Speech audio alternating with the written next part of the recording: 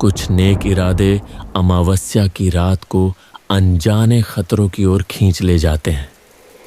यह कहानी है शांतिनगर की, जहां जीवन और मृत्यु के बीच की दूरी महज 10 मील की थी।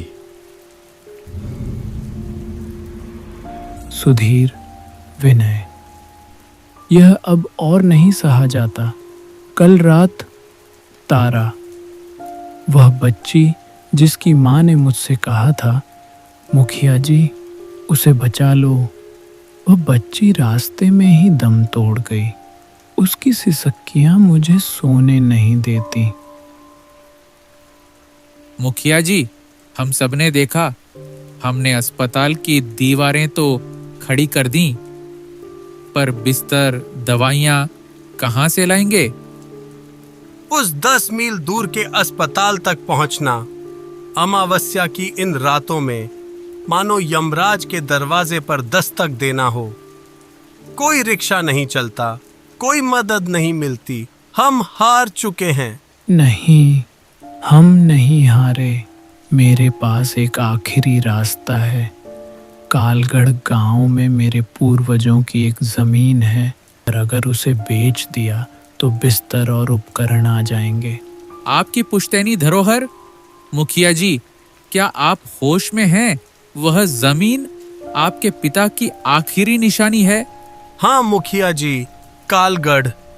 उस जगह को लोग अपशकुनी मानते हैं। वहां की मिट्टी अच्छी नहीं है। अच्छी या बुरी, अगर वह किसी की जान नहीं बचा सकती तो वह जमीन मिट्टी का ढेर है। कल सुबह ही कालगढ़ के लिए निकल जाएंगे। उन्हें नहीं पता था कि अमावस्या की रात उनका इंतजार कर रही थी, और कालगढ़ में कोई और भी इंतजार कर रहा था।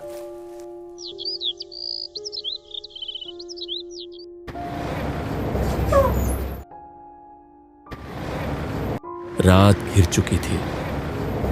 अमावस्या का सन्नाटा ऐसा था मानो प्रकृति ने खुद ही अपनी आवाज निगल ली हो। वे कालगढ़ स्टेशन पर उतरे। वे तीनों। अंधेरा इतना सघन था कि उनकी टॉर्च की रोशनी भी दम तोड़ती लग रही थी। स्टेशन के कोने में एक बूढ़ा पोर्टर, जिसका नाम जगन था, अंधेरे में बैठा उन्हें घूर रहा था। लौट जाओ। इस रात कालगढ़ किसी को बाहर नहीं रखता। हम जरूरी काम से आए हैं दादा। क्या यहाँ कोई रिक्शा या कोई साधन? साधन? उसी क्षण एक पुरानी जंग लगी हुई वैन की हेडलाइट की पीली कांपती रोशनी दिखाई दी। अरे, यह तो धर्मपाल है। उसने तो वर्षों पहले ये काम छोड़ दिया था।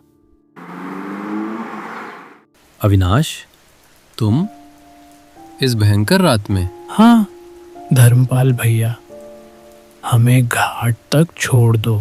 जमीन के काम से आए हैं।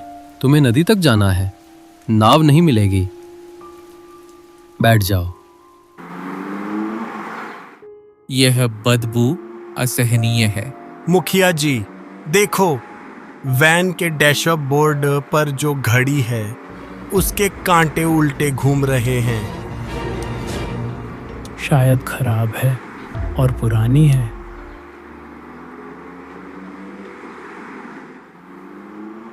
तुम अपनी खाली पड़ी जमीन बेच रहे हो? हाँ, गांव के अस्पताल के लिए।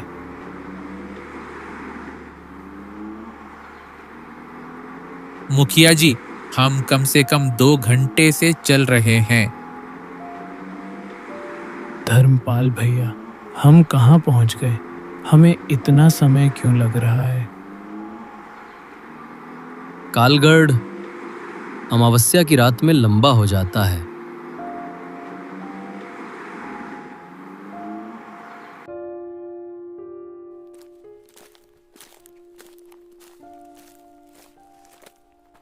आखिरकार वे घाट पर पहुंचे। नदी उफनती हुई क्रोधित दिखाई दे रही थी। नाव का कोई नामो निशान नहीं था। यहीं पास में मेरा पुराना घर है। इस अमावस्या की रात तुम लोग यहीं ठहर जाओ, नदी पार नहीं होगी।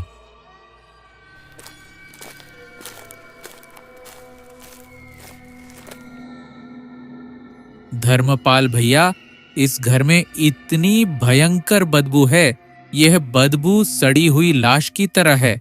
तुम लोग सो जाओ, मैं बाहर गाड़ी में रुकता हूं। जैसे ही धर्मपाल बाहर गया, तीनों ने राहत की सांस ली। सुधीर, तुम दरवाजा बंद कर दो। विनय, उन खिड़कियों को बंद कर दो। विनय ने खिड़की देखी। वे सब पुराने जंग लगे कीलों से ठुकी हुई थी। मुखिया जी, दरवाजा बाहर से बंद है। क्या? धर्मपाल? धर्मपाल? उन्हें कोई जवाब नहीं मिला। बाहर वैन का इंजन शांत हो चुका था। रात गहरी होती गई। डर अब केवल बाहर नहीं था, वह घर के अंदर सांस ले रहा था।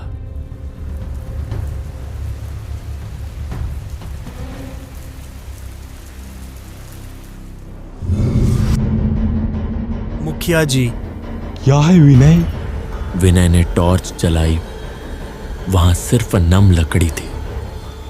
हमें यहां से निकलना होगा।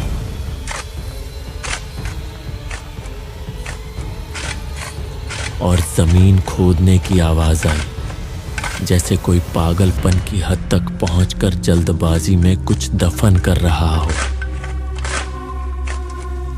धर्मपाल और वह खुदाई कर रहा है। मुखिया जी, देखो। चलो।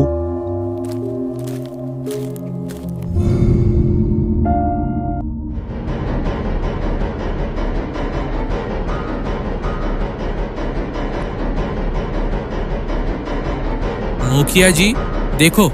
यहाँ किसका धन है?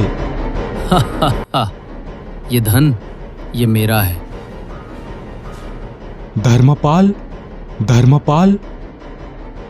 मैं किसी सच्चे इंसान का इंतजार कर रहा था जो इस धन को पुण्य के काम में लगाए। तुम नेकी के लिए अपनी धरोहर बेचने को तैयार थे। तुम सच्चे हो। लो।